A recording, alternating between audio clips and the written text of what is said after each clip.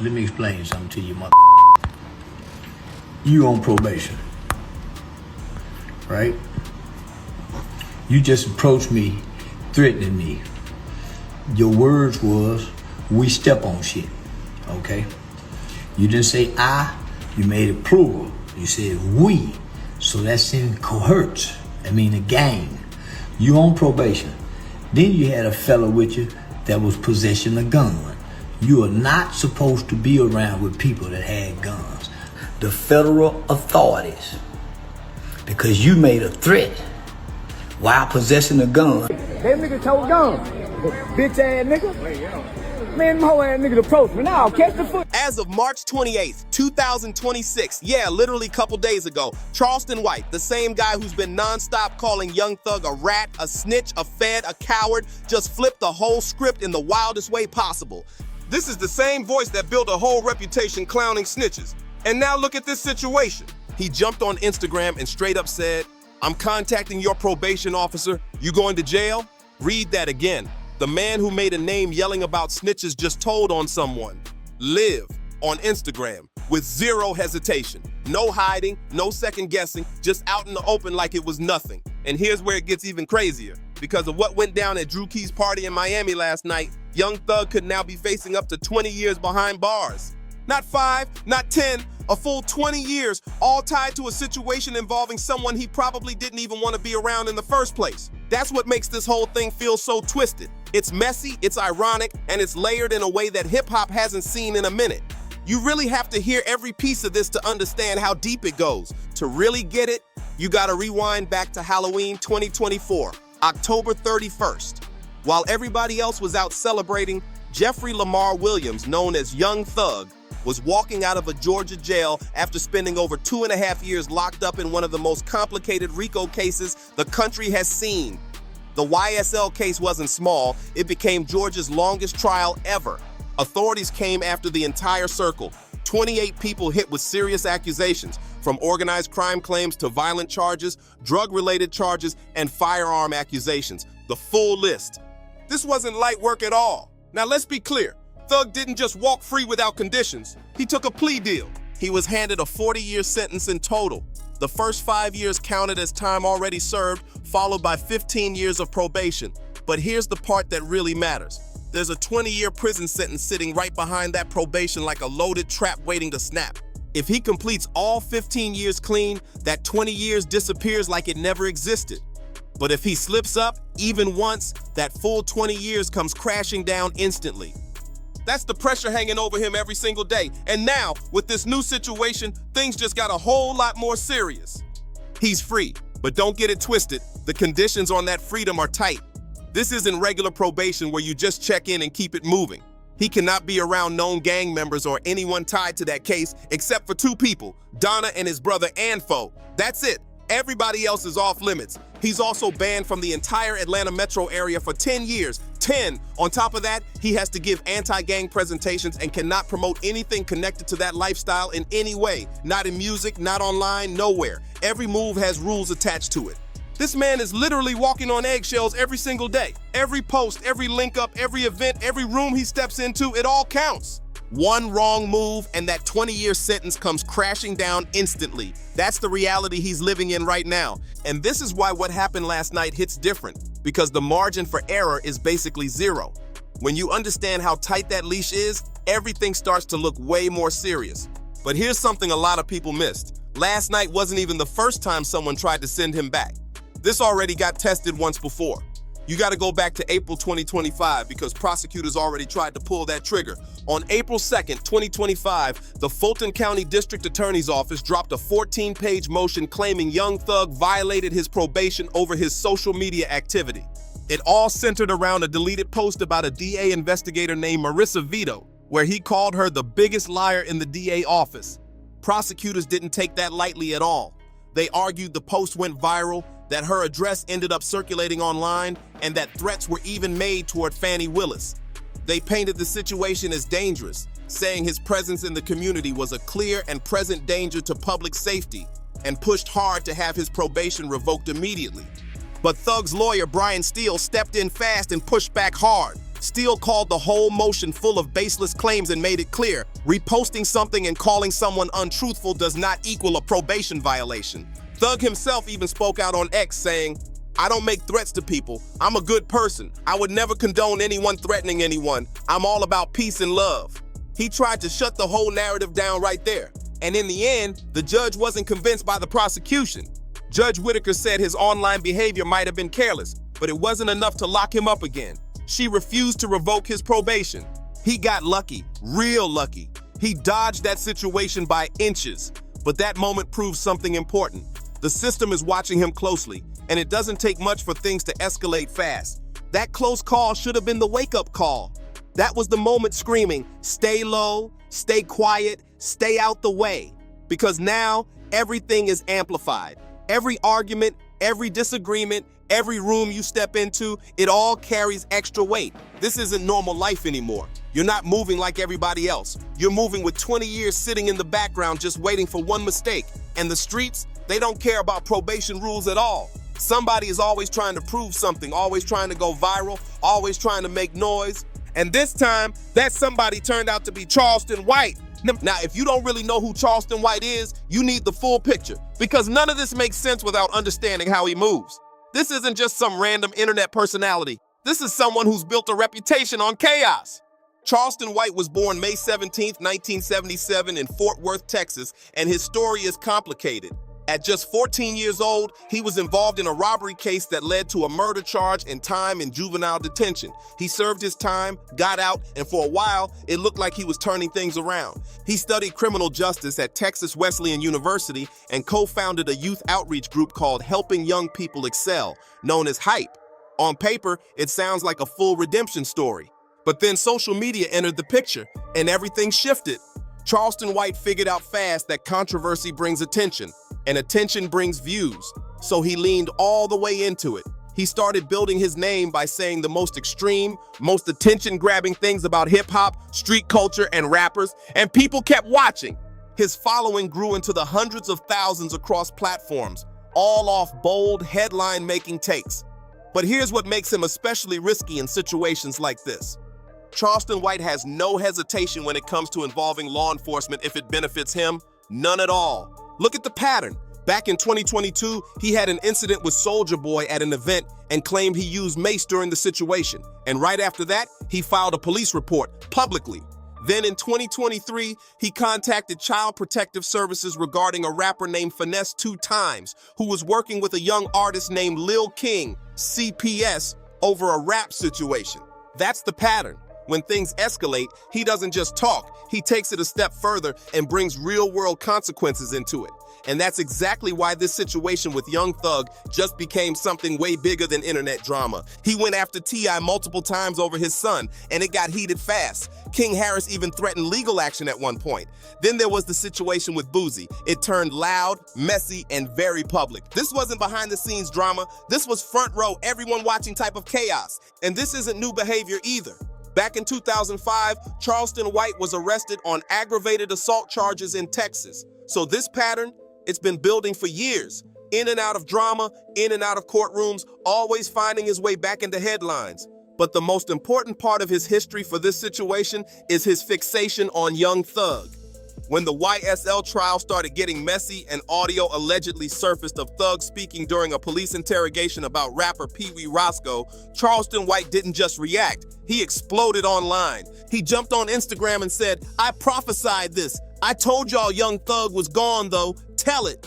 He doubled down hard, calling the entire YSL circle a loose lip full of boys. And he didn't stop there. It was video after video after video, pushing the same message over and over. Young Thug equals snitch. That became his whole angle anytime Thug's name came up. He kept that same energy for months, even years. Any update, any headline, any rumor tied to the YSL case, Charleston White was right there going live, dropping another take, keeping the spotlight on it. He mocked supporters, questioned loyalty, and made it clear he believed Thug deserved everything coming his way. It was constant pressure, constant noise, and he never really let up. But here's the twist that was always sitting right there the whole time. While he was yelling snitch at the top of his lungs, Charleston White has never hidden the fact that he's willing to involve law enforcement himself. He's called CPS, filed police reports, talked about restraining orders, even civil lawsuits, all out in the open, no hesitation. So the standard was never the same. The rules always shifted depending on the situation. That contradiction was always there, just waiting to be fully exposed. And then, last night happened. Now we get to the main moment. Saturday, March 28th, 2026, Miami, Florida. Drusky, the comedian, the content powerhouse, the guy who turned Coulda Been Records into a full-blown cultural movement, just wrapped season 2 of his hit show Coulda Been Love and threw a huge reunion event to celebrate. And this wasn't just some small gathering. Drusky's events pull serious attention now. Forbes ranked him number 9 on their top creators list after he reportedly made $14 million in 2025. That's major. His circle brings out everybody. A-listers, athletes, rappers, influencers. If you're active in the culture right now and Drusky calls, you show up, no question, which means all the right people and all the wrong combinations ended up in the same place at the same time. It was that kind of event, a celebration, good energy, everybody having a moment. But on this night, in that room, 2 people who clearly should have been kept far away from each other ended up face to face, Young Thug and Charleston White. And once that happened, the whole vibe reportedly changed fast. Now, we still do not have every detail about what sparked the confrontation, and we have not heard Thug's side yet, and that absolutely matters. But based on what Charleston White posted afterward, he wasted no time putting his version of the story online. Right after the event, he jumped on Instagram and shared video of the alleged altercation. In the footage, he can be seen yelling from a distance at Thug and people around him. Then in the caption, Charleston laid out his claims in full, accusing Young Thug and his entourage of threatening his life and trying to come at him. He also claimed that Thug looked him in the eyes and said, "You're gonna lose your life right here." That line is the part that really made people stop and stare. Because if that was said the way Charleston claims, those are the kind of words that can trigger major legal attention fast. And here's why this got even more serious. This alleged incident reportedly happened on Federal Aviation Administration property in Miami. FAA property, federal ground. That is not just some random club lot or private party space. That raises the pressure in a whole different way. Charleston White clearly understood that angle right away. And being who he is, he did not keep it quiet for even a second. He started talking like somebody who already knew exactly how much trouble this could cause for a person on probation with 20 years hanging over his head. He said he was ready to press charges over alleged terroristic threats. Then he posted another Instagram video and turned the heat up even more, specifically bringing up Thug's probation status. He also claimed one person in Thug's entourage had a weapon during the confrontation and said he was filing for a restraining order. And then came the line that really sent the internet into chaos. Charleston White publicly said he was contacting Young Thug's probation officer. "Monday morning, you going to jail?" That was the quote. That was the moment everybody locked in on. The same man who spent years calling Young Thug a snitch is now the one proudly saying he's making the report himself. That irony is nasty. Now let's slow this down and look at it clearly, because this is not just online drama or clout chasing for attention. This has real legal weight attached to it, and the stakes are huge. First, go back to the probation terms we already talked about. Young Thug has a 20-year backloaded sentence sitting there, waiting for any serious probation violation to activate. That means any credible accusation tied to a new criminal issue could become a massive problem instantly. And here's where it gets real serious, because terroristic threats is not a small accusation. Under Georgia law, that is a criminal offense, and it can send someone straight back to prison, not for a short bid either. We're talking the full 20 years sitting behind that probation.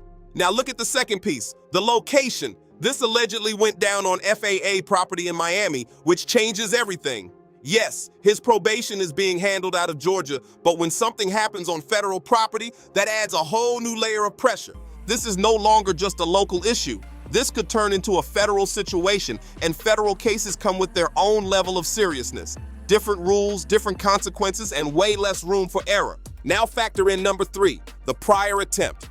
Back in April 2025, prosecutors already tried to revoke his probation over that social media post. The judge denied it, but she didn't just let it slide quietly. She warned him directly to be more careful moving forward. So now there's already a pattern on record. That matters because a second situation, especially one involving an alleged verbal death threat, claims of someone in the entourage having a weapon, multiple witnesses, video footage, and now a formal complaint, hits way harder than a deleted post ever could.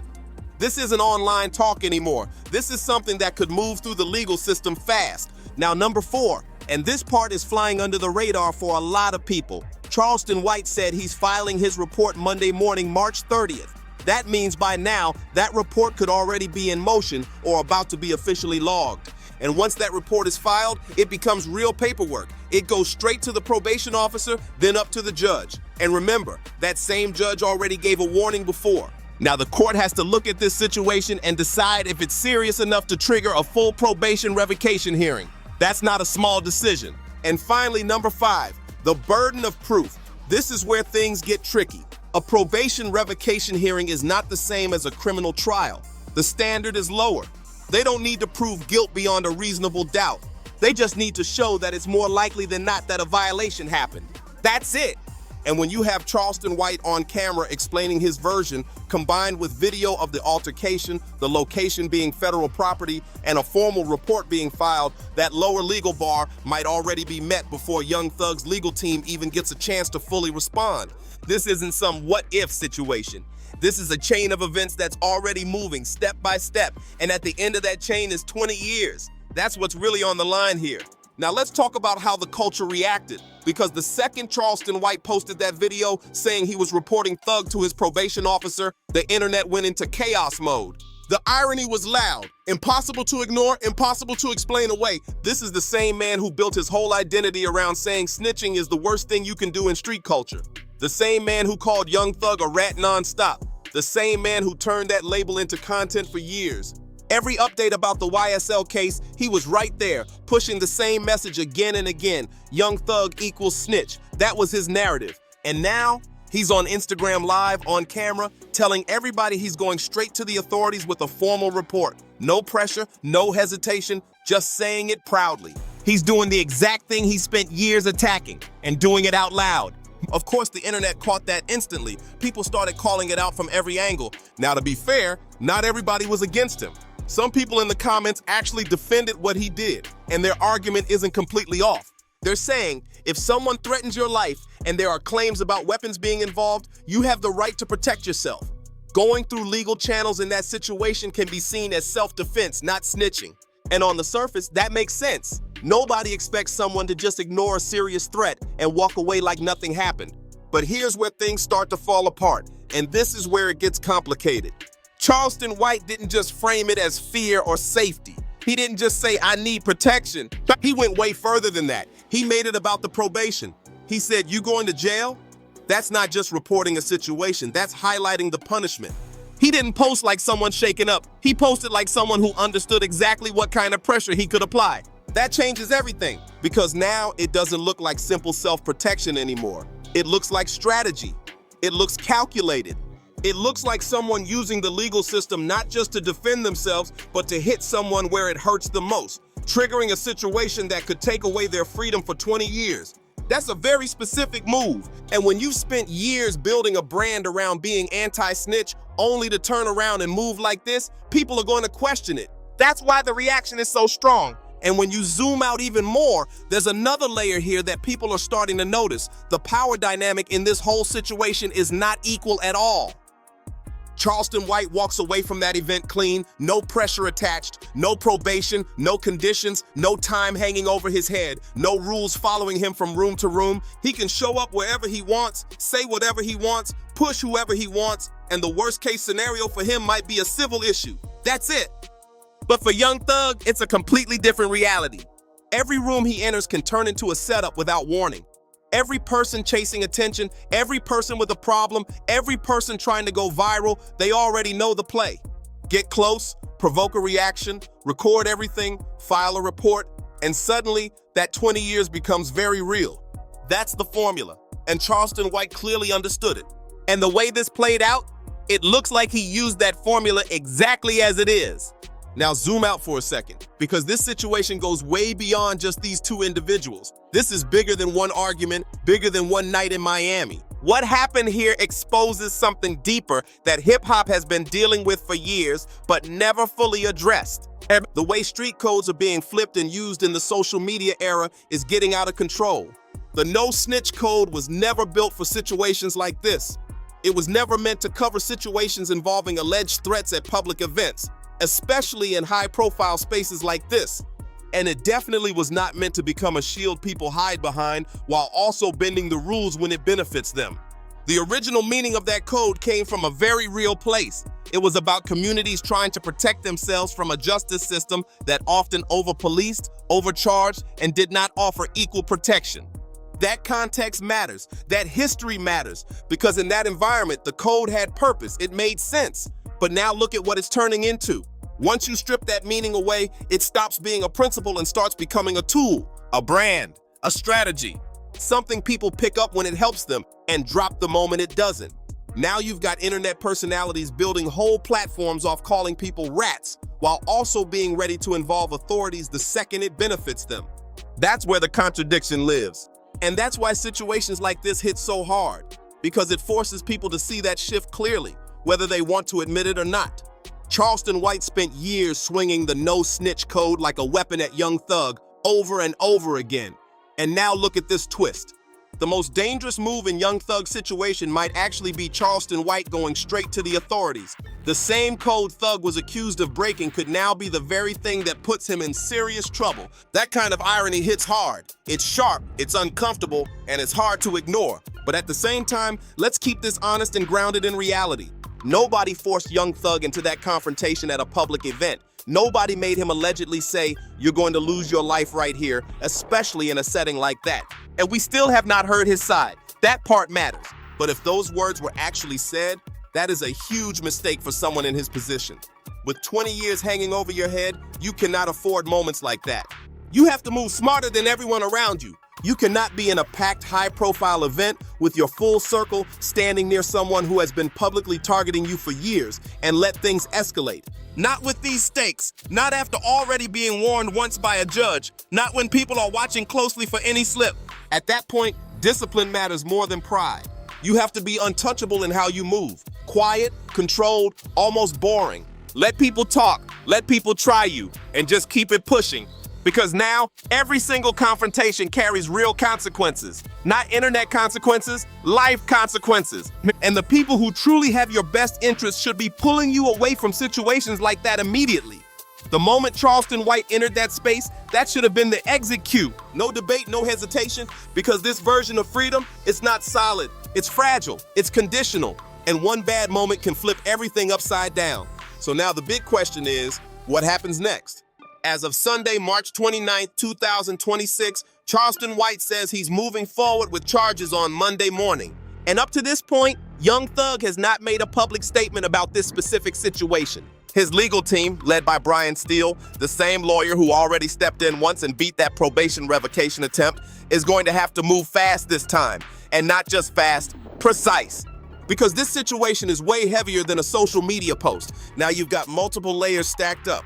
There's a witness, video footage, a specific location, a direct quote, a formal police report being filed, and claims about an entourage possibly being armed on FAA property in Miami. That's a completely different level of pressure. And don't forget, the judge who gave him a second chance last April already issued a warning.